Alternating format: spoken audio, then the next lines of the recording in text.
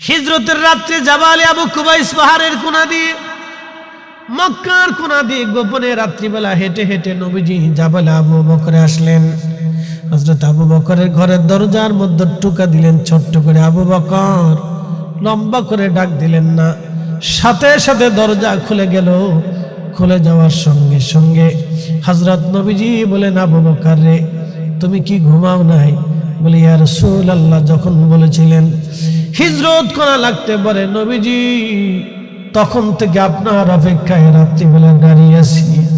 হুজুর, বিছনায় পিঠ লাগাই নাই, বিবি থেকে জুদা হয়েছি, বাচ্চা কাচ্চা সন্তান আর সংসার থেকে আলাদা হয়েছি। রাতের আধারে ঘরে দরজার সাথে হেলান দিয়ে আপনার অপেক্ষায় আসি। এই বুঝি আপনি আসেন, এই বুঝি আপনি আসেন। জানেন তো অপেক্ষার প্রহর মৃত্যুর চাইতেও কঠিন।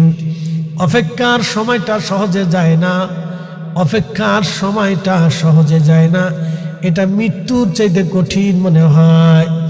হযরত আবু বকর দিনের পর দিন, রাতের পর রাত, মাসের পর মাস আমার নবীর জন্য রাত্রিবেলা দাঁড়িয়ে আছে। এই প্রেমটা কত কঠিন ছিল দেখেন তো। হযরত আবু বকর নামাজের জন্য দাঁড়ায় নাই, রোজার জন্য দাঁড়ায় নাই, হজের জন্য দাঁড়ায় নাই, যাকাতের জন্য দাঁড়ায় নাই, উনি পুরা ইসলাম ও ইমানের জন্য দাঁড়িয়ে আছে। তিনি রাহমাতুল লিল আলামিন। কথা বলেন ঠিক কিনা?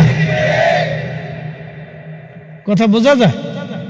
আমার দিকে তাকে বুঝে যাবেন, এটা বোঝাটা জরুরি। হযরত আবু বকর শুধু কালেমার জন্য দাঁড়ান নাই, তিনি ইসলাম ও ঈমানের জন্য দাঁড়িয়ে আছেন। তিনি নবী, তিনি নবী, তিনি মুর্শিদ, তিনি পথ দেখানো বলা। এই জন্য কাজী নজরুল লিখেছিলেন, তৌহিদেরই মুর্শিদ আমার মুহাম্মাদের নাম, মুর্শিদ মুহাম্মাদের নাম। ওই নাম জপলেই বুঝতেই পারি, ওই নাম জপলেই বুঝতেই পারি, খোদারি কালাম মুর্শিদ মুহাম্মাদের নাম। এ মুসলমান, খুবই মনোযোগের সাথে শুনবেন হাজিরিন। প্রিয় নবীকে নিয়ে আবু বকর রওনা দিলেন। জাবালে আবু বকর থেকে হেঁটে হেঁটে হেঁটে হেঁটে ইব্রাহিম খলিল রোডের ওইখান দিয়ে আগাইয়া চলে গেলেন জাবালে সাবিরে। সাবিরে কোনো গুহা নাই, জাবালে সৌরের পাশেই পাহাড়ের নাম জাবালে সাবির। গভীর রাত্রিবেলা জাবালে সাবিরের চূড়াতে যখন উঠলেন, জাবালে সাবির বলল, ইয়া রাসূলুল্লাহ, নবী গো, আপনি আমার কাছে আসছেন আশ্রয় নেওয়ার জন্য। হুজুর, আমার ভিতরে কোনো গুহা নাই, আপনি এখানে যদি থাকেন, কালকে দিনের বেলায় কাফেররা আপনাকে পেয়ে মারতে আসবে, আমার উপরে আপনার রক্ত ঝরবে। হুজুর, আমি জাবালে সাবির কিয়ামতের ময়দানে আল্লাহর কাছে কি জবাব দিব? এ নরসিংদীবাসী, আমাদের হৃদয় তো পাথরের চাইতে শক্ত হয়ে গেল, পাহাড়ের চাইতে বড় শক্ত হয়ে গেল আমাদের হৃদয়। রসুল প্রেমে হৃদয়ে কাঁদে না আমাদের, রসুলের মোহাব্বত আমাদের অন্তরে আসে না, নবীর আদর্শ আমরা নিতে চাই না, নবীর সুন্নতের রঙে জীবন রাঙ্গাইতে মন চায় না। ভাই আমার, খুব মনোযোগ দিবেন। জাবালে সাবির কথা বলার পরে, হুজুর, সৌরের ভিতরে গুহা আছে, আপনি এখানে চলে যান। জাবালে সৌরের দিকে আগাইলেন। পাহাড় নবীকে সালাম দিল, আসসালাতু ওয়াসসালামু আলাইকা ইয়া রাসূলুল্লাহ। জাবালে সৌরের ভিতরে চলে গেলেন। যাওয়ার পর আবু বকর দেখলেন ছোট ছোট গর্ত দেখা যায়। ভাবলেন পাহাড়ি সাপ এসে নবীকে কষ্ট দিতে পারে। গায়ের চাদরখানা ছিঁড়ে ছিঁড়ে ছিঁড়ে ছিঁড়ে টুকরা টুকরা করে গর্তের মুখগুলি বন্ধ করে দিলেন।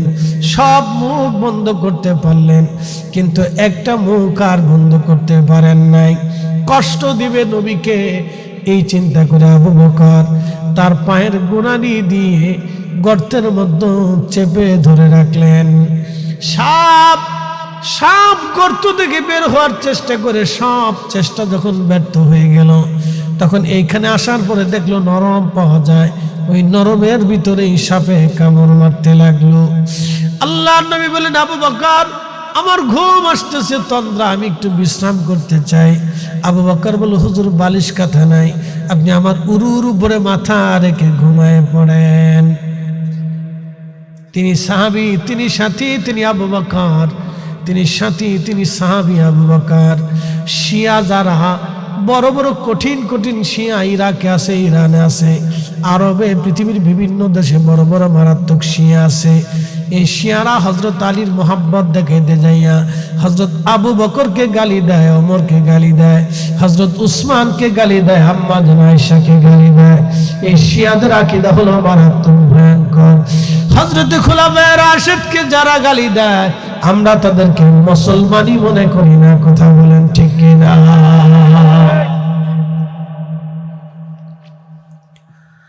হাজিরিন ভালো করে শুনে যাবেন মুসলমান আমার,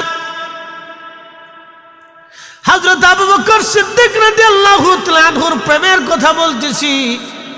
নবীজি ঘুমিয়ে পড়েছেন, সাপ বারে বারে কামড় দেয়, বিষের যন্ত্রণায় চোখ বেয়ে পানি আসলো, কথা বলে না, শব্দ করে না, নবীর কষ্ট হবে। নবীকে ঘুম থেকে যদি জাগায় নবীর কষ্ট হবে। চোখের পানি এসে হযরত আবু বকর চোখের পানি এসে নবীজির বদন মোবারকে পড়ল। ঘুম ভেঙে গেল নবীজির। আবু বকর কি জন্য তুমি কাঁদো? সন্তানের মায়া লাগছেনি, পরিবারের মোহাব্বত লাগছেনি গো আবু বকর? হুজুর পরিবারের মায়া লাগে নাই, পরিবার ছেড়ে দিয়ে চলে আসছি, দুনিয়া ছেড়ে দিয়ে চলে আসছি, আপনার সাথী হওয়ার জন্য পৃথিবীর এক পাশ ছেড়ে দিয়ে চলে আসছি। হুজুর সন্তানের মোহে কাঁদি না, সাপে কামড় দিয়েছে, বিষের যন্ত্রণায় কাঁদি। আবু বকর রে, আগে কেন বলো নাই তোমারে সাপে কামড়িয়েছে? বলে, হুজুর যদি বলি ঘুমে ব্যাঘাত হবে, কষ্ট হবে। আমি আমার কষ্টটাকে চেপে ধরে রাখার চেষ্টা করেছিলাম, কিন্তু বিষের যন্ত্রণা এত বেশি, চেপে রাখতে পারি নাই। নবী বলেন, কোথায় বলো তো? পৃথিবীর এমন মেডিসিন নবীজির জমানে ছিল, আস্তে করে লালা মোবারক লাগানোর সাথে সাথে পাহাড়ি বিষাক্ত সাপের বিষ সাথে সাথে পানির মতো হয়ে গেল। একবার আওয়াজ তুলে বলা যাবে কি আল্লাহু আকবার? তুলিজুল লাইলা ফিন নাহারি ওয়া তুলিজুন নাহারা ফিল লাইল।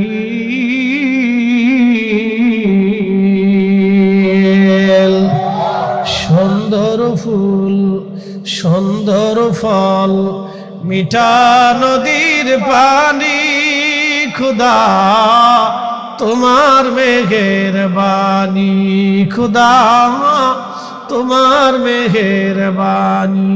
সুন্দর ফুল, সুন্দর ফল, মিঠা নদীর পানি, খুদা তোমার মেহেরবানি। তুমি কতই দিলে রতন, ভাই বাড়াদার পুত্র সজন, খুদা পেলে অন্ন যোগাও, মানি চাই না মানি, খুদা তোমার মেহেরবানি। সুন্দর ফুল, সুন্দর ফল, মিঠা নদীর পানি, খুদা তোমার মেহেরবানি। আল্লাহুম্মা সাল্লি আলা, আহা মাশাআল্লাহ, আল্লাহু আকবার। ওয়া আলা আলি সাইয়্যিদিনা।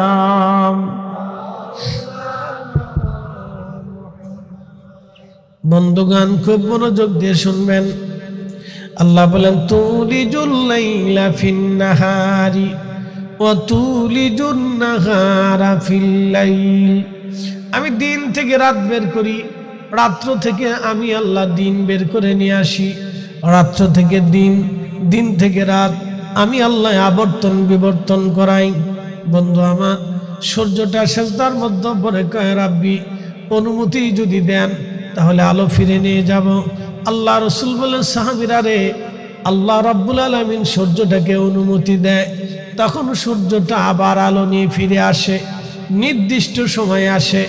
তাও নির্দিষ্ট সময়ে সূর্য আসবে, আল্লাহর দেওয়া নির্দিষ্ট টাইমে সূর্য চলে আসে, আল্লাহর নির্দিষ্ট সীমার বাহিরে সূর্য যায় না।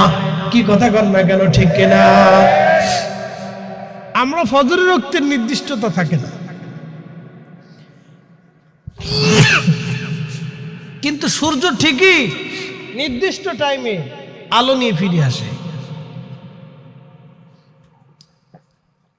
আমাদের দেশে সব মুয়াজ্জিন কি এক টাইমে আজান দিতে পারে? অনেকের ঘুম আসতে দেরি হয়ে যায় না, অনেকের দেরি হয়ে যায়, অনেক সময় হতেই পারে, মানুষ তো ঘুমায় পড়ছে, 5 মিনিটের দেরি হয়, 10 মিনিটের দেরি হয়ে যায়, 10 মিনিটের দেরি হয়ে যায়, তো হতে পারে এরকম হয়ে যায়। কিন্তু সূর্যের কি 10 মিনিট দেরি হয় যে আল্লাহ আজকে ঘুমায় পড়ছিলাম উঠতে পারিনি? সূর্য কিন্তু নির্দিষ্ট হুকুম আল্লাহর পালন করে, কিন্তু আমরা মানুষ আল্লাহর হুকুম ঠিক মতো পালন করতে পারি না। কথা বুঝে যাবে। সূর্য কিন্তু নির্দিষ্ট টাইমে আকাশে উদিত হয়, আবার নির্দিষ্ট সময় ডুবে যায়। আমরাই শুধুমাত্র মানব জাতি নির্দিষ্ট টাইমেও আল্লাহকে সেজদা দিতে পারি না, নামাজের ওয়াক্ত ডাইন বাম হয়ে যায়, আগে পিছিয়ে হয়ে যায়। তো মনোযোগ দেন, রাসূল কারীমের দরবারে হযরত আব্বাস রাদিয়াল্লাহু আনহু আসছে, আয়েশা বলতেছি, ইয়া রাসূলুল্লাহ, একটা দৃশ্য দেখে কালেমা পড়তে আমাকে মন উদ্বুদ্ধ করেছে, আমি কি বলবো সেই দৃশ্যটা? নবীজি বললেন, চাচা যান, বলেন তো কি দেখেছিলেন? বলে, হুজুর আপনি তখন ছোট্ট, দোলনার ভিতরে, আমি আপনাকে দেখতে আসছি। আব্বাস রাদিয়াল্লাহু আনহু কিন্তু রাসূলের থেকে 2 বছরের বড়, চাচা ভাতিজা 2 বছরের ছোট। আরবরা তো অধিক বিয়ে করে, বুঝছেন না, এখনো বিয়ে করে, এক একজনের 15টা 20টা 25টা 30টা বউ। আমি চিন্তা করি, মানুষ না এটা গরু না ছাগল না কি, এত বউ দিয়ে মানুষ কি করে? হ্যাঁ, বেডিরাও কেমনে এত বিয়ে, বেটার বিয়ে করতে দেয়? আমরা দেশের বেডির হলে তো যুদ্ধ লাগাই দিত, বিশ্বযুদ্ধ হইতো। বাপরে বাপ, যুদ্ধ কারে করে? বিশ্বযুদ্ধ। আমরা দেশের বেডিরা মরে যাবো তো এটা মানতো না, না জীবনও মানত না। আপনি যত বড় ফির সাবান গেও দেওয়ার টাইম নেই, পীরে কামেল হলো চিনি না। এদেশের পীরে কামেলরা শুধু মহিলাদের কাছে পীরে কামেল, নিজের স্ত্রীর কাছে পীরে কামেল হইতে পারে না। হ্যাঁ, সবার কাছে পীরে কামেল, কিন্তু ঘরের বউটাই পীরে কামেল মানে না। আপনি কত বড় হুজুর আমি জানি।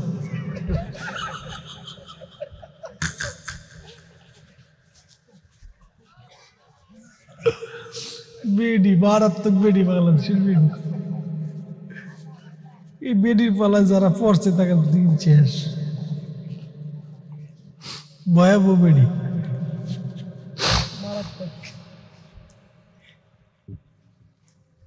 আরবের বেডিটা কেনলে আমাদের বেডিকের পাল্লায় ফেলল না, ফললে একবার বাটাম চালান দিয়ে সোজা করে দিত, বিয়ে করাই দাঁড়াও। আরবের বেটারা ভাগ্য ভালো যে ওদের দেশের বেডির পাল্লায় পড়ছে।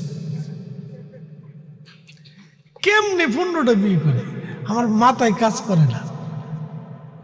এটা কেমনে কি? এটা মানুষ না জিন, আল্লাহ জানে। তো যাই হোক, খুব মনোযোগ দেন।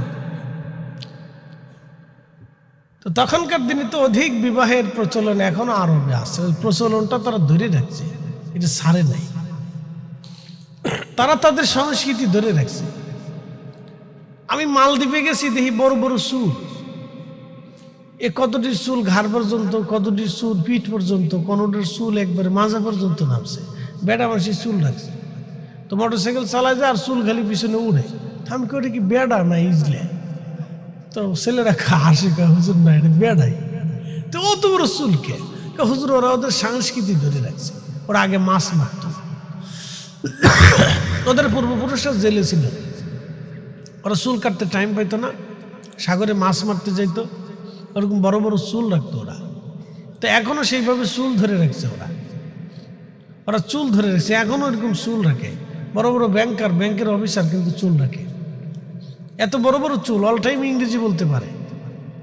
ওদের একবার শিশু থেকে মানে ছোট থেকে একবার বৃদ্ধ পর্যন্ত সবাই ইংরেজি বলতে পারে, বা আমরা যেমন বাংলা বলতে পারি ওরকম ইংরেজি বলতে পারি। ওদের দ্বিতীয় ভাষা ইংরেজি। আমরা বাঙালিরাই বহু সাবজেক্ট পড়িয়ে তালগুল পাকাই গেছি। ক্লাস 1-এ পরে একটা বাচ্চার 10টা বই, বাপরে বাপ। বই টানতে না পারে, বেড়া টানতে না পারে বেডি ভেজে দিচ্ছে। মা বই টানতে টানতে অস্থির হয়েছে, বুঝতে পারছেন? বই পড়তে পড়তে পোলাপানটা পাগল বানায় ফেলছে একবার, কিন্তু শেষ পর্যন্ত আর টিকে না। আর সে ইন্টারমিডিয়েট পাস করার পরে বিদেশ চলে যায়, চাকরি নেই দেশে। কি কথা খারাপ গেছি ভাই? বিদেশ চলে যা, চাকরি নেই। চাকরি কোত্থেকে আসবে? চাকরি কি ঘোড়ার ডিম নাকি, মুরগির ডিম নাকি যেটা পানলি আসে যায়? কোত্থেকে চাকরি আসবে? এত দুর্নীতি হলে চাকরি থাকে ভাই? সার্ভিস দেখালে চুরি চাপটা, এত হলে চলে নাকি? রাস্তার ইট পর্যন্ত ক্ষয় নিয়ে চলে যায়। বাপরে বাপ, বাথরুমের নাট বল্টু চুরি করে নিয়ে যায়। মসজিদের জুতাও থাকে না, সুযোগ পাইলেই চলে নিয়ে যায়। কি দেশে বাস করি রে ভাই? মাঝে মধ্যে চিন্তা করি, আল্লাহ, খুব প্রচুর পরিমাণ। পোস্তগোলা থেকে গাড়ি চালে আসতেছে, পিছন থেকে তো আমার গাড়ির বল্টু খুলে নিয়ে চলে গেল। দেখতে দেখতে বল্টু খুলে নিয়ে চলে গেল। স্যার গান জুটি, কেউ ধরতেও আসলাম না, ধরতে গেলে বিলেট মিলেট মারবে না, শেষে দরকারটা কি? সবার সামনে দিয়ে চুরি করে নিয়ে চলে গেল। একবারে নবাব সিরাজউদ্দৌলা। বাপরে বাপ, কি দেশে বাস করে চিন্তা করি। হাই হাই, প্রিয় উপস্থিতি, খুব মনোযোগ দিবেন। হযরত আব্বাস রাদিয়াল্লাহু তাআলা আনহু বললেন, হুজুর বলবো? কাহা বলেন। হযরত আব্বাস বলেন, ইয়া রাসূলুল্লাহ, দোলনার মধ্যে ছিলেন, আপনাকে দেখার জন্য আমি আসলাম। ইয়া নবী আল্লাহ, দেখি আপনি যে দোলনার ভিতরে শুয়ে আছেন, হুজুর আপনাকে এত সুন্দর দেখা যাচ্ছিল, আমি একবার আকাশের চাঁদের দিকে তাকাই, আবার আপনার দিকে তাকাই। যেমনি কইতেছেন মনে হয় যে আপনারা দুর্বল নয়, সুবহানাল্লাহ দুর্বল। একসাথে জবান খুলে বলেন সুবহানাল্লাহ। জবান দিছে কে? আল্লাহ। তো আল্লাহর জবান দিয়ে আল্লাহর সুবহানাল্লাহ কবেন না তো কবেন কোনটা? আরে নাম কৃষ্ণ তো সুবহানাল্লাহ তো কইতে হবে। কি কথা ঠিক আছে না? একসাথে বলেন আল্লাহু আকবার। নবীর চাইতে সুন্দর আর কেউ আছে? সূরাতি ইউসুফ বেদারি হিকমতে লোকমাল মা করিয়ে কুরআন কারি আই দিল সাদেল মা। অবন্ধু, হযরত ইউসুফ সুন্দর ছিল। ইউসুফের সৌন্দর্য দেখে জুলাইখা পাগল ছিল। বান্ধবীরা কয়, হায় হায় জুলাইখা, তুই কি পাগল হলি? আমি পাগল না কি হলাম? তোমরা যদি দেখতে চাও তো দেখো। বান্ধবীদেরকে পরীক্ষা করার জন্য হাতে ছুরি আর কমলা লেবু দিয়ে দিল। তোমরা লেবু কাটো আর আমি পর্দা থেকে ইউসুফকে নিয়ে আসি। হযরত ইউসুফকে পর্দার ওপর থেকে আনার জন্য পর্দা সরানো হলো। পর্দা সরায় আর মহিলারা লেবু কাটে। কাটতে কাটতে হযরত ইউসুফের সৌন্দর্য দেখিয়া মহিলারা লেবু কাটা বাদ দিয়া তারা তাদের হাত কেটে ফেলে দিয়েছিল। তারা বুঝতে পারে নাই তারা হাত কেটে ফেলেছে। হযরত ইউসুফ এত সুন্দর ছিল। একবার জোরে বলা যাবে কি?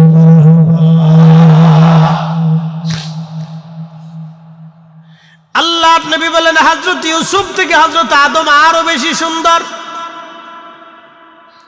হযরত ইউসুফ থেকে হযরত আদম আরো বেশি সুন্দর। লাকাদ কানা লাকুম ফি রাসূলিন লাকাদ খালাকনাল ইনসানা ফি আহসানি তাকবীর। আমি মানুষকে সুন্দর অবয়ব দিয়ে সৃষ্টি করেছি।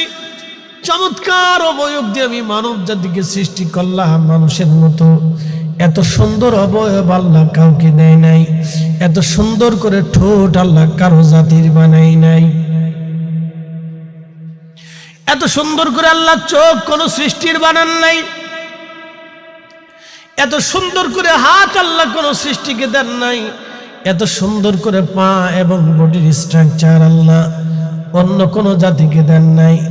চোখ টানা টানা বানাইলেন, চোখের উপর ভুরু দিলেন, আবার কপালের উপরে জুলফি দিয়ে দিলেন। কোন মানুষের চুল যদি কেটে ফেলা হয়, কপালের জুলফি কাটিয়া মোজদারি কেটে যদি তারে ছেড়ে দেওয়া হয় তো কেমন দেখা যাবে?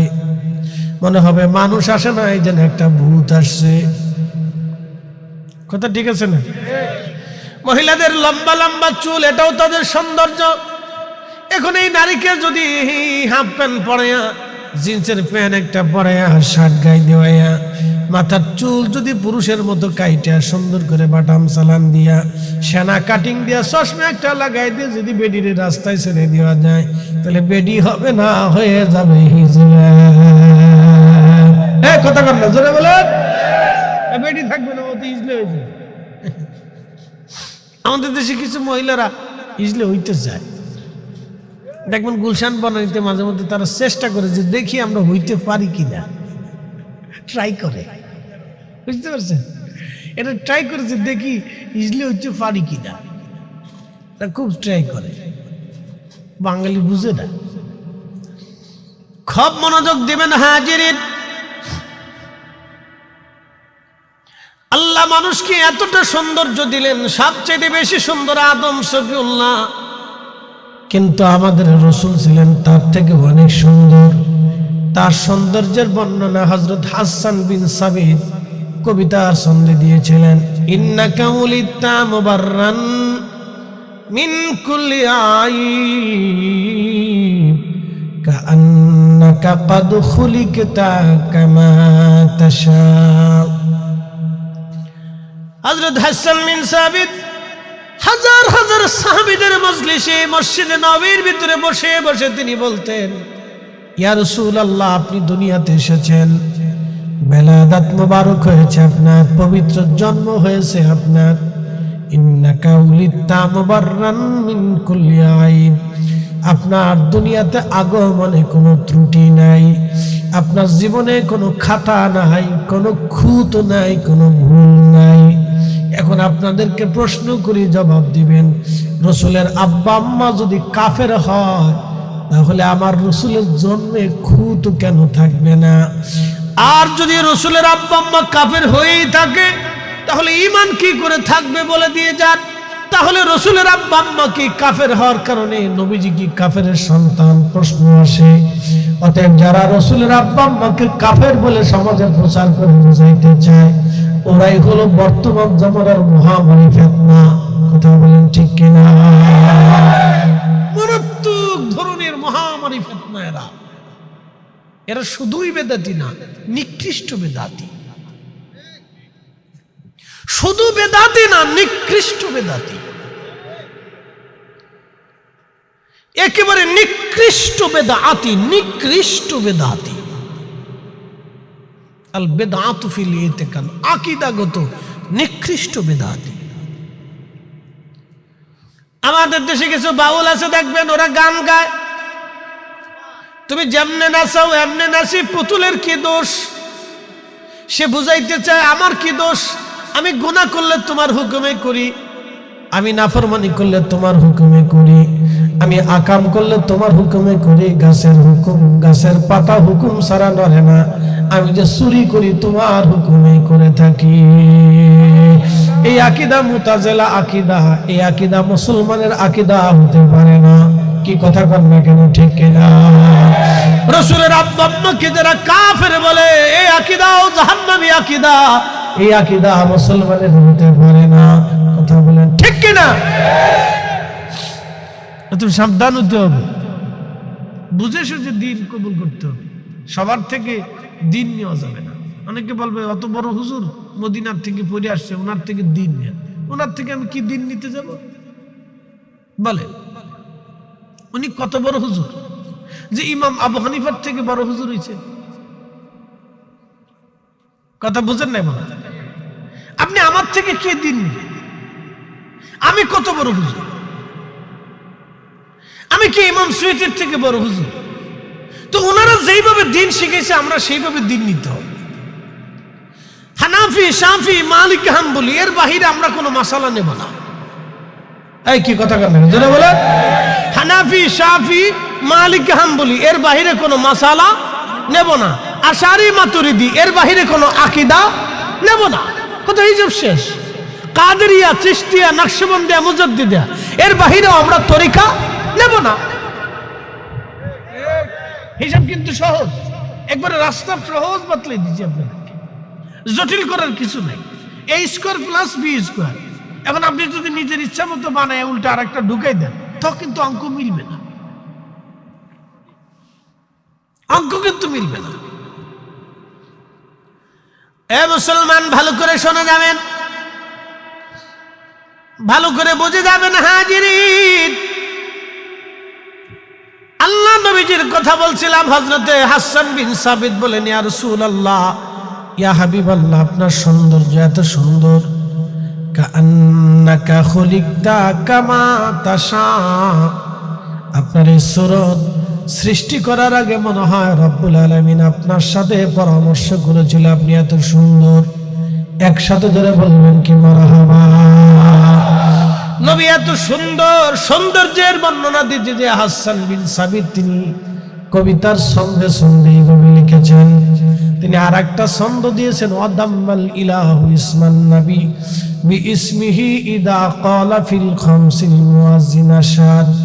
হুজুর, আপনার নামকে আল্লাহ এমন ভাবে সমুন্নত করলেন, প্রতিষ্ঠিত করলেন। আল্লাহর নাম, আপনার নাম, আল্লাহর নামের পরে আপনার নাম এইভাবে তিনি চালু করে দিলেন। প্রত্যেক আজানে মুয়াজ্জিন 5 বার আপনার নামের সাক্ষ্য আজানের ভিতরে দিয়ে দেয়। একসাথে যারা বলেন আল্লাহু আকবার। এই জন্য বলছিলাম আজান মাগরিব কিন্তু একসাথে হয় না, পৃথিবীর সব মাগরিব একসাথে হয় না। সূর্য যত যায় মাগরিব তত হতে থাকে। ঢাকাতে যখন মাগরিব হয় নরসিংদী তখন হয় না, নরসিংদীতে যখন হয় কলকাতায় তখন হয় না, কলকাতায় যখন হয় ব্যাঙ্গালোরে তখন হয় না, ব্যাঙ্গালোরে যখন হয় পাকিস্তানে তখন হয় না, পাকিস্তানে যখন হয় আফগানিস্তানে তখন হয় না, আফগানিস্তানে যখন হয় ইরানে তখন হয় না, ইরানে যখন হয় ইরাকে তখন হয় না, ইরাকে যখন হয় সৌদি আরব তখন হয় না। পৃথিবীর সব দেশের মাগরিব একসাথে হয় না, সূর্য যেতে থাকে মাগরিব হতে থাকে। তার অর্থ কি জানেননি? একটা মিনিটও পৃথিবী আজান মুক্ত থাকে না। পৃথিবীতে প্রত্যেক সেকেন্ডে সেকেন্ডে আজান চলে। আল্লাহু আকবার। পৃথিবীতে প্রত্যেক সেকেন্ডে সেকেন্ডে আজান চলে। প্রত্যেক সেকেন্ডে সেকেন্ডে যদি আজান হয় তাহলে আপনি বুঝেন প্রত্যেক সেকেন্ডে আল্লাহ নামের সাক্ষ্য হয়। শুধু আল্লাহ নামের সাক্ষ্য হয় না, ওই আল্লাহ নামের সাক্ষ্যের পরে আমার নবীর নামের সাক্ষ্য। এই কথা কর না, জোরে বলেন। তাহলে এইখানে নবীজির নাম আল্লাহ চালু করছে। কে করছে? জোরে বলেন। তাহলে নারে তাকবীর, আল্লাহু আকবার, নারে রিসালাত ইয়া রাসূলুল্লাহ বললে আমাদের কোনো অপরাধ নাই। কি কথা কর না কেন? ঠিক না? নবীর নাম আমরা চালাইলাম না, আল্লাহ চালাইল।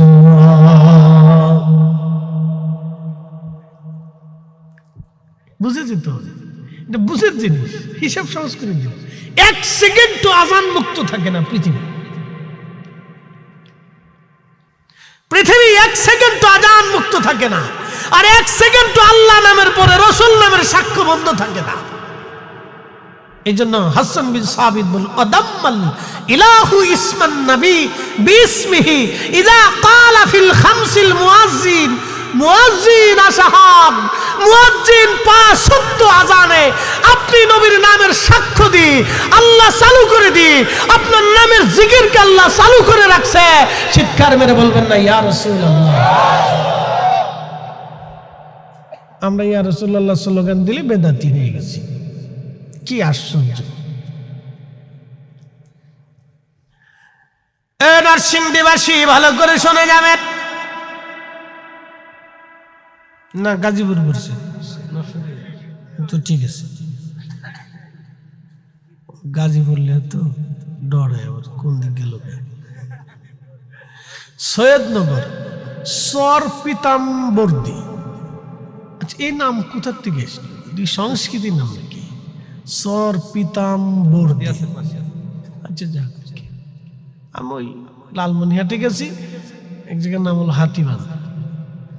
হাতীবান্ধা থানার বাজারের নাম হচ্ছে গুতাবাড়ি। তাহলে আপনারা কি গুতা মারে? না, গুতা মারি। বাজারের নাম গুতাবাড়ি। তো চিন্তা করেন যে কি গুতা মারে। বাংলাদেশের নামের কোনো স্টেশন নেই, যে যেমনি পড়ছে এমনি রাখছে। নামের নাম রাখছে শয়তানখালী। শয়তানখালী, হ্যাঁ, ওই সর্বত্র এক জায়গার নাম, নদী চরের কাছে নাম লিখছে শয়তানখালী ঘাট, শয়তানখালী। শয়তান বাদ দিছে না, কই নাম রেখে দিলাম। শয়তানের চিন্তা করে বাপ রে বাপ, আমার নামটা রেখে দিছে।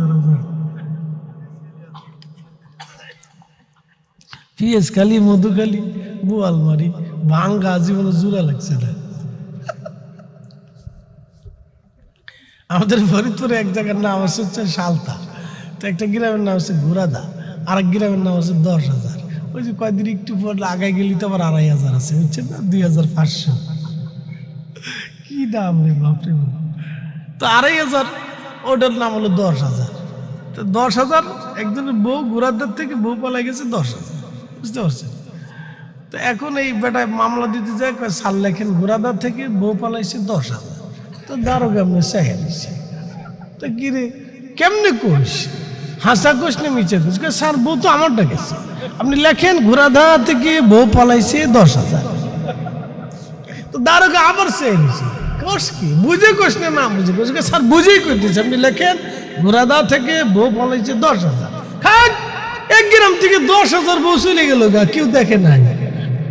স্যার, গ্রামের নাম 10,000। তা তো কবি যে গ্রামের নাম 10,000। বুঝতে পারছি, এই কত কোয়ালিটির নাম যে দুনিয়াতে আছে। নরসিংদীবাসী খুব মনোযোগ দিবেন, আলোচনার মূলের দিকে নিয়ে চলে যায়। আহা, কত সুন্দর করে নবীর নামের সমন্বত করলেন আল্লাহ, তার হাবিবের ইজ্জতকে এত ভাবে বুলন্দ করলেন। প্রত্যেক আজানে আজানে আমার আল্লাহ নামের পরে নবীর নামের সাক্ষ্য দেওয়া লাগে। মুয়াজ্জিন ঘনা ঘটা করে প্রকাশ্যে উচ্চ আওয়াজে আল্লাহ নামের পরে আমার নবীর নাম আল্লাহ নিজে চালু করে দিয়েছে। কথা বলেন ঠিক কিনা?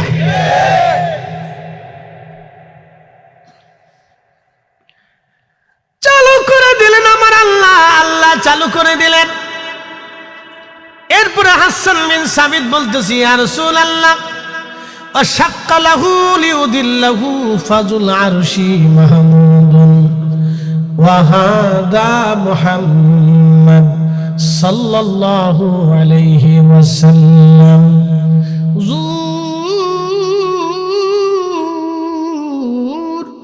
আল্লাহ আরশে আল্লাহর মালিক, আল্লাহর একটা সিফাতি নাম আছে মাহমুদ। নবীজি, আল্লাহর একটা সিফাতি নাম আছে মাহমুদ। এই মাহমুদ শব্দ থেকে আপনি নবীর নাম আল্লাহ রাখছে মুহাম্মদ। মাহমুদ থেকে মুহাম্মদ, মুহাম্মদ থেকে বাক্কা থেকে মক্কা, মাহমুদ থেকে মুহাম্মদ, মুহাম্মদ থেকে বাক্কা থেকে মক্কা, মক্কা আগে নাম ছিল বাক্কা, এখন নাম হলো মক্কা। মাহমুদ আল্লাহর সিফাতি নাম। এই মাহমুদ নাম থেকে আল্লাহ নবীর নাম রাখছে মুহাম্মদ।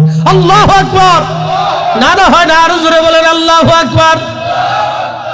মাহমুদ আল্লাহর নাম। মাহমুদ কার নাম? জোরে বলেন, আরো জোরে। আল্লাহর সিফাতি নাম মাহমুদ। ওয়া শাক্কা লাহু লিউদিল্লাহু ফাজুল আরশি মাহমুদ। আরশের অধিপতির সিফাতি নাম হলো মাহমুদ। ওয়া হাদা মুহাম্মদ, সেই নাম থেকে আল্লাহ নিজে আপনার নাম রাখছে মুহাম্মদ। আল্লাহ আপনার নাম আল্লাহর নামের সাথে মিলাইয়া আপনার নামের মহব্বতনের বরকতান আল্লাহ আপনার নবী, আপনি নবীর নাম আল্লাহ নিজে রাখছে মুহাম্মদ। এই জন্য ছেলেদের নাম জন্টু, পন্টু, মিন্টু, পিন্টু, কিন্টু, কন্টু, এই আবি যাবি এইগুলো রাখবেন না। ছেলে মেয়েদের নাম নবীদের নামে, ওলিদের নামে, সাহাবীদের নামে এইভাবে যদি রাখতে পারেন তাহলে নামেরও বরকত আছে। এই কথা ঠিক কিনা? নামের কি আছে? খালি সবুরের নামটা পাইছি না, সবুর ধৈর্য ধরে না।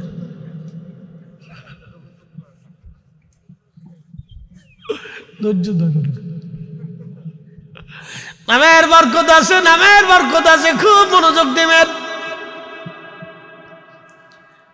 আমার নবীর নাম আল্লাহ রাখছেন, আল্লাহর নাম থেকে মুহাম্মদ।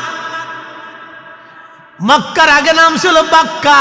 ইন্না আউওয়ালা বাইতিন উদিআ লিন-নাসি লাল্লাযী বিবাক্কাতাম মুবারাকান হুদাল লিল আলামিন। মক্কার নাম ছিল বাক্কা, আমার নবীর নাম মুহাম্মদ। মুহাম্মাদের নামের বরকতে বাক্কার নাম হয়ে গেল মক্কা। আসতে হয়ে গেল না, হুজুরে বলেন মারহাবা।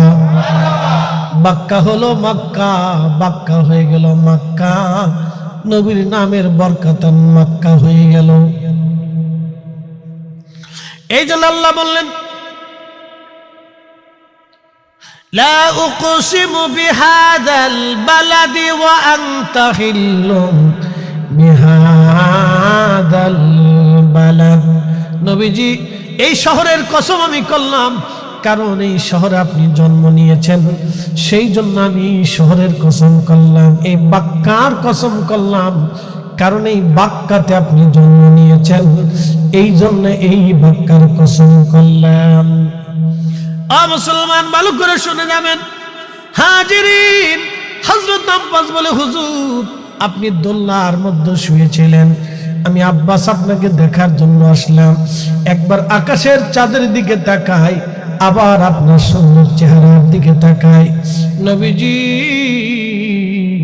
আকাশের চাঁদের দিকে তাকায় দেখলাম, আকাশের চাঁদ আপনার কচি হাতের দিকে তাকায় তাকায়া আপনি হাত লড়াচ্ছিলেন আর আকাশের চাঁদ দুলতেছিল। আপনি যেই দিকে হাত দেন আকাশের চাঁদ সেই দিকে লড়ে যায়, আবার আপনি যেই দিকে হাত লড়ান আকাশের চাঁদ সেই দিকে লড়ে যায়। আপনি আকাশের চাঁদের দিকে তাকায় তাকায় হাসেন, আবার আপনি কেঁদে দিলেন। হুজুর একবার জোরে বলা যাবে কি মারহাবা? এ নরসিংদীবাসী, চাঁদে যেই নবীরে খুশি করে, চাঁদে যেই নবীরে খুশি করে, পাহাড়ে যেই নবীরে খুশি করে, গাছে যেই নবীরে খুশি করে, মাছে যেই নবীরে খুশি করে, পাথরে যেই নবীরে খুশি করে, পশুরা যেই নবীকে খুশি করে, পাখিরা যেই নবীকে খুশি করে, সাপেরা যেই নবীকে খুশি করে, উটেরা যেই নবীকে খুশি করে, মাখলুকে যেই নবীরে খুশি করে, সেই নবীরে খুশি করলে আল্লাহকে খুশি করা হয়ে যাবে। কথা বলেন ঠিক না বেঠে?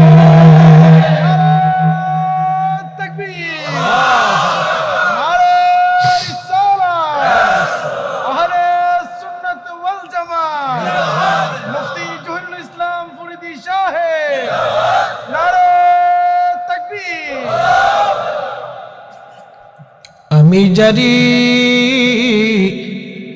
প্রেমে পাগল, সে তো মদিনা।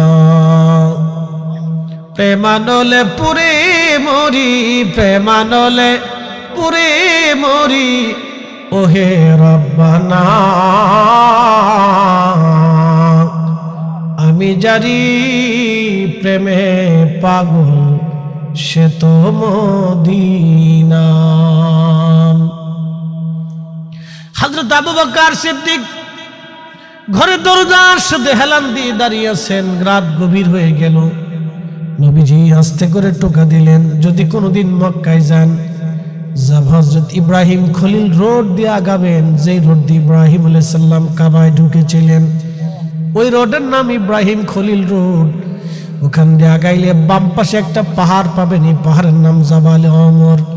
যদিও এখন আর পাহাড় না, এটা হোটেল মোটেল হয়েছে। এই পাহাড়ের পরে আর একটা পাহাড় আছে জাবালে আবু বকর।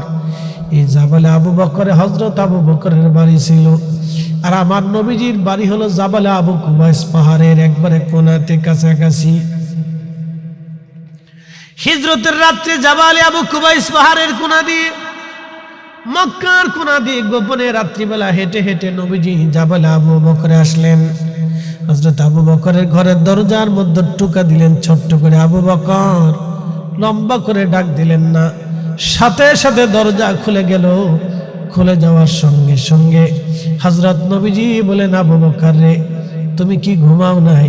বলে, ইয়া রাসূলুল্লাহ, যখন বলেছিলেন হিজরত করা লাগতে পারে নবীজি, তখন থেকে আপনার অপেক্ষায় রাত্রিবেলা দাঁড়িয়ে আছি।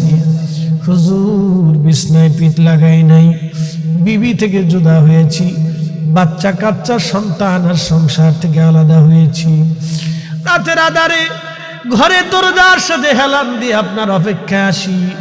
এই বুঝি আপনি আসেন, এই বুঝি আপনি আসেন। জানেন তো অপেক্ষার প্রহর মৃত্যুর চাইতেও কঠিন। অপেক্ষার সময়টা সহজে যায় না, অপেক্ষার সময়টা সহজে যায় না, এটা মৃত্যুর চাইতে কঠিন মনে হয়। হযরত আবু বকর দিনের পর দিন, রাতের পর রাত, মাসের পর মাস আমার নবীর জন্য রাত্রিবেলা দাঁড়িয়ে আছে। এই প্রেমটা কত কঠিন ছিল দেখেন তো। হযরত আবু বকর নামাজের জন্য দাঁড়ায় নাই, রোজার জন্য দাঁড়ায় নাই, হজের জন্য দাঁড়ায় নাই, যাকাতের জন্য দাঁড়ায় নাই, উনি পুরা ইসলাম ও ইমানের জন্য দাঁড়িয়ে আছে। তিনি রাহমাতুল লিল আলামিন। কথা বলেন ঠিক কিনা? কথা বোঝা যায়? আমার দিকে তাকে বুঝে যাবেন, এটা বোঝাটা জরুরি। হযরত আবু বকর শুধু কালেমার জন্য দাঁড়ান নাই, তিনি ইসলাম ও ঈমানের জন্য দাঁড়িয়ে আছেন। তিনি নবী, তিনি নবী, তিনি মুর্শিদ, তিনি পথ দেখানো বলা।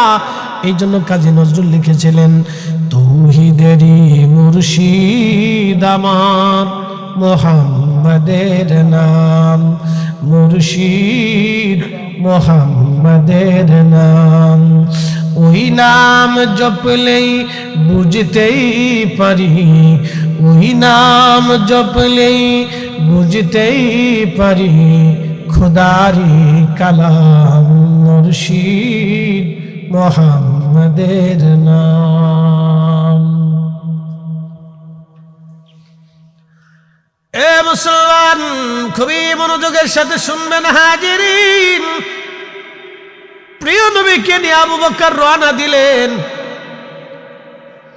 জাবলে আবু বকর থেকে হেঁটে হেঁটে হেঁটে হেঁটে ইব্রাহিম খলিল রোডের ওইখান দিয়ে আগাইয়া চলে গেলেন জাবালে সাবিরে। সাবিরে কোনো গুহা নাই, জাবালে সৌরের পাশেই পাহাড়ের নাম জাবালে সাবির। গভীর রাত্রিবেলা জাবালে সাবিরের চূড়াতে যখন উঠলেন, জাবালে সাবির বলল, ইয়া রাসূলুল্লাহ, নবী গো, আপনি আমার কাছে আসছেন আশ্রয় নেওয়ার জন্য। হুজুর, আমার ভিতরে কোনো গুহা নাই, আপনি এখানে যদি থাকেন, কালকে দিনের বেলায় কাফেররা আপনাকে পেয়ে মারতে আসবে, আমার উপরে আপনার রক্ত ঝরবে। হুজুর, আমি জাবালে সাবির কিয়ামতের ময়দানে আল্লাহর কাছে কি জবাব দিব? এ নরসিংদীবাসী, আমাদের হৃদয় তো পাথরের চাইতে শক্ত হয়ে গেল, পাহাড়ের চাইতে বড় শক্ত হয়ে গেল আমাদের হৃদয়।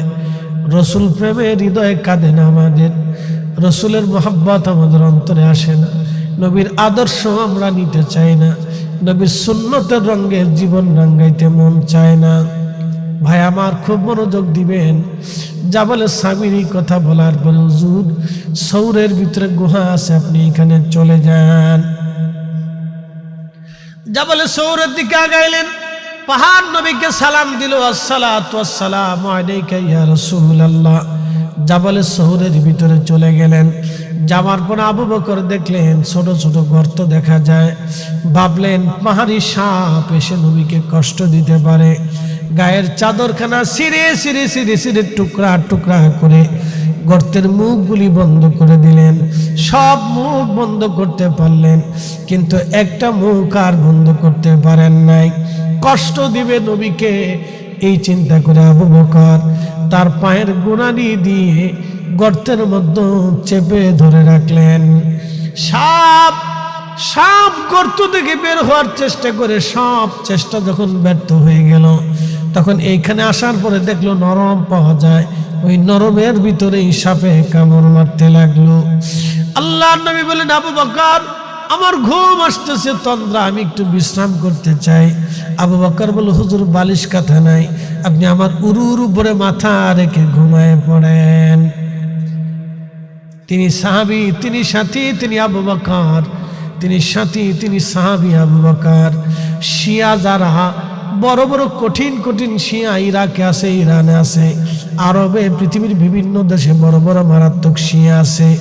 এই শিয়ারা হযরত আলীর মোহাব্বত দেখাইতে যাইয়া হযরত আবু বকরকে গালি দেয়, ওমরকে গালি দেয়, হযরত উসমানকে গালি দেয়, আম্মা জান আয়েশাকে গালি দেয়। এই শিয়াদের আকীদা হলো মারাত্মক ভয়ঙ্কর। হযরত খুলাফায়ে রাশিদকে যারা গালি দেয়, আমরা তাদেরকে মুসলমানই মনে করি না। কথা বলেন ঠিক কিনা?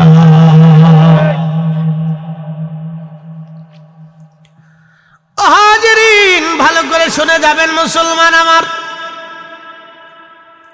হযরত আবু বকর সিদ্দিক রাদিয়াল্লাহু তাআলা আনহুর প্রেমের কথা বলতেছি। নবীজি ঘুমিয়ে পড়েছেন, সাপ বারে বারে কামড় দেয়, বিষের যন্ত্রণায় চোখ বেয়ে পানি আসলো, কথা বলে না, শব্দ করে না, নবীর কষ্ট হবে। নবীকে ঘুম থেকে যদি জাগায় নবীর কষ্ট হবে। চোখের পানি এসে হযরত আবু বকর চোখের পানি এসে নবীজির বদন মোবারকে পড়ল। ঘুম ভেঙে গেল নবীজির। আবু বকর, কি জন্য তুমি কাঁদো? সন্তানের মায়া লাগছেনি, পরিবারের মহব্বত লাগছেনি গো আবু বকর?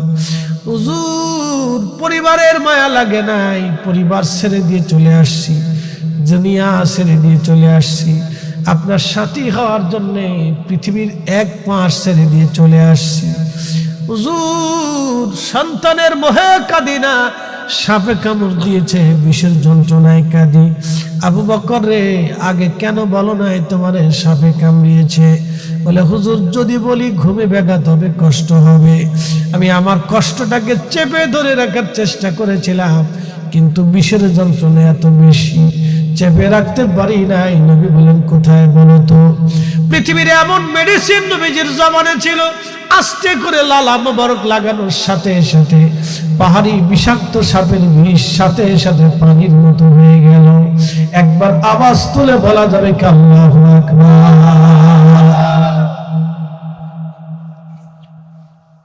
নবীজির পবিত্র লালা লাগে, সাপের বিষ পানি হয়। আর আপনার লালা যদি সকালবেলা বাসি লালা, আপনার শরীরের কোথাও যদি চুলকানি হয়, মলম দিয়ে যায় আজকে, একবার বিনা টাকার মলম, টাকা লাগবে না, গ্যাকোজিমা ওষুধ বলে দিয়ে যায়। যদি আপনার শরীরের কোথাও যদি চুলকানি হয়, ওষুধের যদি না সারে, তাহলে বাসি লালা, সকালবেলা ঘুম থেকে উঠেছেন, তখন আপনি থুতু ফেলেন নাই, মুখের মধ্যে যেই লালা জমি আছে, ওই লালাখানা নিয়ে যদি ওই ক্ষত স্থানের মধ্যে লাগিয়ে দিতে পারেন, দুনিয়ার কোনো ওষুধ লাগানো লাগবে না। আপনার বাসি লালা এত পরিমাণে বিষ, ওই লালাতে আপনার ঘাস শুকায় যাবে। কি, আমি প্রেসক্রিপশনের সাথে একটা ওষুধ দিয়ে দিলাম, যান। আর যদি আরো ট্রাই করতে চান, তো ভাতের সাথে কিছু লালা মিশিয়ে মুরগিরে খাওয়াই দিকেন, ঠাস করে পরে মরে যাবে। তাহলে আপনি আর রসুল এখন কেমনে? কি কথা কর না কেন? আপনার রসুল এখন কেমনে? কেমনে বলেন যে রসুল আমাদের মতো লজ্জা করে না? কি কথা কর না কেন? লজ্জা করা তো উচিত, হায়া থাকা উচিত, শরম থাকা উচিত। মুসলমানের একটু লজ্জা থাকা তো উচিত। 3 দিন বিরাস না করলে মুখের ভিতর দিয়ে পায়খানার গন্ধ কর, বাপরে বাপের কাজ দিয়ে হাঁটার কেদা নেই, কি গন্ধ কর। আর 7 দিন যদি গোসল না করে তো শরীর থেকে পাটার গন্ধ আসে। কি কথা খারাপ করছি ভাই? বাপরে বাপ, কি গন্ধ। अगर खाशी देगर पाड़ा तोलालो तबु पाड़ार भव खसलात ना गेल।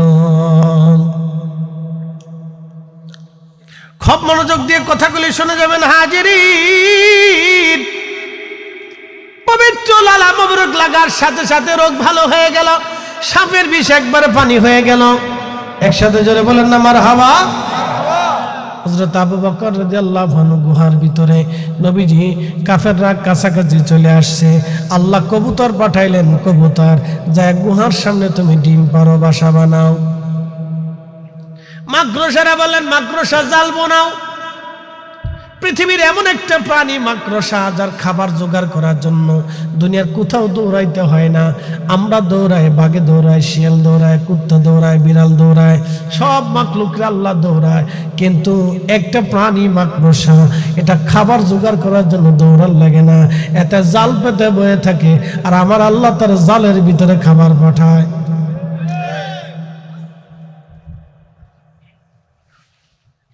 কবুতরে ডিম পারলো। মক্কায় গেছেন কে কে? হাত উঁচা করবেন। কারা কারা মক্কায় গেছেন? কবুতর দেখছেন না? আচ্ছা, এই কবুতর ওই সেই কবুতর। আমি লিখিনি, ইমাম ইবনে কাসির আল বেদায়াতে লিখছে 750 বছর আগে। উনি লিখছেন সেই কবুতর এখন হারামে আছে, কিয়ামত পর্যন্ত এটা হারামে থাকবে। পৃথিবীর কোন হাজির ক্ষমতা নেই একটা কবুতর ধরে নিয়ে আসবে। খাইলে বিপদ, ওটা ধরলে বিপদ, মারলে বিপদ, জিন্দিগি বরবাদ হয়ে যাবে। আল্লাহ নিষেধ করে দিয়েছে। একসাথে বলবেন আল্লাহু আকবার। এই কবুতর সেই কবুতর যেই কবুতরে ডিম পেড়েছিল নবীকে পাহারা দেওয়ার জন্য। কবুতরের বংশের পূর্বপুরুষ একটা কবুতরে ডিম পাড়ার কারণে, বাসা বানার কারণে, নবীকে পাহারা দেওয়ার কারণে সব কবুতরের তকদির খুলে গেল, ভাগ্য খুলে গেল। তারাও সম্মানিত হয়ে গেল এক কবুতরের জন্য। ভালো করে বুঝে যান, সেই কবুতর এখনো হারামে আছে, কিয়ামত পর্যন্ত থাকবে। হারামে দুইটা প্রাণী থাকবে, একটা কবুতর আর একটা আবাবিল পাখি, কিয়ামত পর্যন্ত এরা থাকবে। এরা হারামের চারপাশে আসা যাওয়া করবে, ঘোরাফেরা করবে। এদের বংশ কখনো ধ্বংস হবে না। আসতে হয়ে গেল না? জোরে বলেন। কবুতরে নবীকে পাহারা দিয়েছিল আর আবাবিল কাবা শরীফকে পাহারা দিয়েছিল। দুই পাখির জীবন বুলন্দ হয়ে গেল, তাদের বংশধরদের জীবন বুলন্দ হয়ে গেল। মুসলমান খুব মনোযোগ দিয়ে কথা শুনবেন। কাফেররা গুহার কাছে চলে আসছে। আবু বকর ভয় বলেন, ইয়া রাসূলুল্লাহ, ওরা তো চলে আসছে। নবী বললেন, ভয় পেও না, এখানে তুমি আর আমি নাই, আমাদের সাথে আর একজন আছে, তিনি আল্লাহ। আল্লাহ চিৎকার মেরে বলেন, কে? না না, আরো জোরে বলেন, কে? আল্লাহু আকবার ওয়ালিল্লাহিল হামদু বিসমিল্লাহির রাহমানির রাহিম।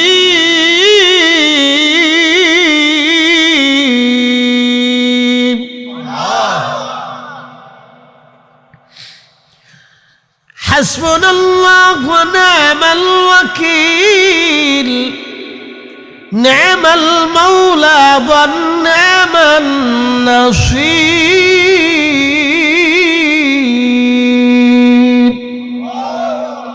যে আল্লাহর উপরে ভরসা করে আল্লাহ তার জন্য যথেষ্ট হয়ে যায়। কি কথা বলেন, ঠিক না বেঠে? লম্বা বাড়াবো না, খুব মনোযোগ দেন। নবীজি খান থেকে বের হলেন। কাফেররা ঘোষণা দিল, নবীকে যদি খুঁজে বের করতে পারো 100 উট দেব, তাগড়া তাগড়া উট। একটা উটের দাম কত বর্তমান বাজারে? বাংলাদেশে 15 লক্ষ টাকা। আমি 15ই ধরলাম বাংলাদেশের বাজারে। আর কি সৌদি আরবে একটু কম আছে না? সৌদি আরবে একটু কম হইতে পারে আর কি, ধরেন 10 লাখের। তো 20 লক্ষ টাকা একটা উটের দাম এই বাজারে। তো 100 উটের দাম কত? অনেক টাকা না? 2 কোটি টাকা না? অনেক টাকা। তো এত টাকা পুরস্কার পাবে। তো মক্কার সব ঘর থেকে মানুষ বের হয়ে গেছে নবীরে তালাশ করার জন্য, যে খুঁজে পাইলি তো 200 উট পাবো। তো সুরাকা রাদিয়াল্লাহু আনহু তখনও কালেমা পড়েন নাই, তিনি সাহাবী ছিলেন পরে। সুরাকা সে খুব ডাকাত ছিল। তো কেমন ডাকাত জানেন? আমাদের দেশে যে কিছু চোর আছে না, রাস্তা দিয়ে হেঁটে গেলে পকেটে টাকা থাকলে ওর নাকে ঘিরান যায়, পকেটে টাকা আছে, তারপরে পকেট মারত। কি কথা ঠিক আছে কিনা? এরকম কিছু মারাত্মক চোর ছিল না? ঘরের দরজা দিয়ে যাওয়ার সময় নাকি ঘিরান আসতো, এর ভিতরে সোনা দানা, তারপরে একটা সিং খুঁজে তারপরে চুরি করতো। ও খুব মারাত্মক চোর। তো সুরাকা রাদিয়াল্লাহু আনহু তখনও কালেমা পড়তেন। এই জন্য ওনার জীবনী বলতেছি, সাহাবী রাসূল ওনার এরকম একটা অভিজ্ঞতা ছিল। উনি তো আগে ডাকাতি করতো, ওই ওনার অভিজ্ঞতা ছিল 50 মাইল দূর থেকে মানুষের ঘৃণানো নাকে আসতো, এত মারাত্মক ছিল। বাপরে বাপ, কি মারাত্মক যে নাকে ঘৃণা আসতো। এই রাস্তা দিয়ে মানুষ গেছে, বলে দিতে পারত, ওনার চোখকেও ফাঁকি দিতে পারত না। আর ওই পার চিহ্ন দেখে বলে দিতে পারতো কতদিন আগে এখান থেকে হেঁটে গেছে, কয় ঘন্টা আগে গেছে, কতদিন আগে গেছে, কত মাস আগে গেছে। এরকম মারাত্মক ছিল। হযরত সুরাকা বের হয়ে গেলেন। তিনি চিন্তা করলেন আমার তো আর চোখ ফাঁকি দিতে পারবে না। তিনি বের হয়ে যাওয়ার পরে তিনার নাকের ভিতরে ঘ্রাণ আসলো। মানুষ চলে যাচ্ছে আরব সাগরের পাশ দিয়ে। সুরাকাও ঘোড়া দাবড়ায় দিল, তার ঘোড়াটাও ছিল খুব মারাত্মক ঘোড়া। আরব বেদুইন খুবই হিংস্র ঘোড়া ছিল, তার ঘোড়াটাও দাবড়ালো। দ্রুত গতিতে ঘোড়া যায়। নবীজি এবং আবু বকর আর একজন রাখালকে নিয়ে নবীজি রওনা দিয়েছিলেন। পথ দেখিয়ে নিয়ে যাচ্ছিল রাখাল। আল্লাহর নবী এবং আবু বকর তিনজন মাত্র ব্যক্তি যায়। সুরাকা অস্ত্র শস্ত্রে সজ্জিত হয়ে পিছন থেকে ডাক দিছে, মুহাম্মদ দাঁড়াও, সবার চোখ ফাঁকি দিলে আমার চোখ ফাঁকি দিতে পারবে না। আল্লাহর নবী সাথে সাথে বদদুয়া করলেন। সুরাকা দ্রুত গতিতে ঘোড়া দাবড়াচ্ছে নবীজিকে ধরার জন্য। ঠিক এমন সময় আল্লাহ পাক বললেন, মাটি রে, সুরাকার ঘোড়া তুমি তোমার মধ্যে টেনে নাও। সাথে সাথে সুরাকার ঘোড়ার 4টে পা একেবারে মাটির মধ্যে দেবে গেল। একবার জোরে বলা যাবে কি আল্লাহু আকবার? বলেন তো রক্ষা করার মালিক কে? আল্লাহ। জোরে বলেন কে? আমাদেরকে রক্ষা করে কে? আমাদের রিজিক দেয় কে? আমাদের অভাব মোচন করে কে? আমাদের রোগের সেবা দেয় কে? এদেশের পানিতে ভেজাল, দুধে ভেজাল, চালি ভেজাল, ডালি ভেজাল, তেলে ভেজাল, ফলে ভেজাল, খাবারে ভেজাল, শিশুদের খাবারে ভেজাল, বিস্কিটে ভেজাল, এখানে ভেজাল, সেখানে ভেজাল।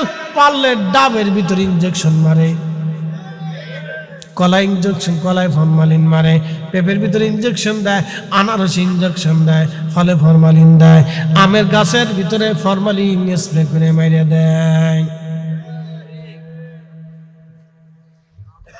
কত কঠিন! কালকে প্রতিবেদনে দেখলাম 3.5 কোটি মানুষ কিডনি রোগে আক্রান্ত। এখানেও 2-1 থাকতে পারে কিডনি রোগে আক্রান্ত। সে নিজেও জানে যে সে কিডনি রোগী। বলে হুজুর এটা কেমনে বলতেছেন? বলতেছি, আমার মসজিদের সাবেক মুয়াজ্জিন ছিল, খুব তাগড়া পাগড়া চেহারা ছিল, লুকমান ভাই। প্রথম জুমাতে আমি নামাজ কালাম পড়ছি, আমার সাথে এসে মোসাফা টোসাফা, হুজুর কেমন আছেন? খুব ভালো লোক ছিল। প্রত্যেক জুমায় আমার সাথে সাক্ষাৎ করতো, কথা বলতো, লোক ভালো, খুব হাসি খুশি মানুষ। পরের জুমায় আমি মাহফিল করতে গেছি মালদ্বীপে। মালদ্বীপ মাহফিল করে আসার, আমি তো আর জুমা ছাড়া মসজিদে যাই না, টাইম পাই না। তো পরের প্রথম জুমাতে নামাজ কালাম পড়ে আসে আমার দোয়া খায়ের করলো। আমি বললাম যে কোন ভাই মালদ্বীপ যাচ্ছি, দোয়া করে। তো পরের জুমায় আসার পরে ইমাম সাহেব হুজুর বলতেছে, হুজুর দোয়া করে, লুকমান ভাই মারা গেছে। আমি বললাম বলেন কি?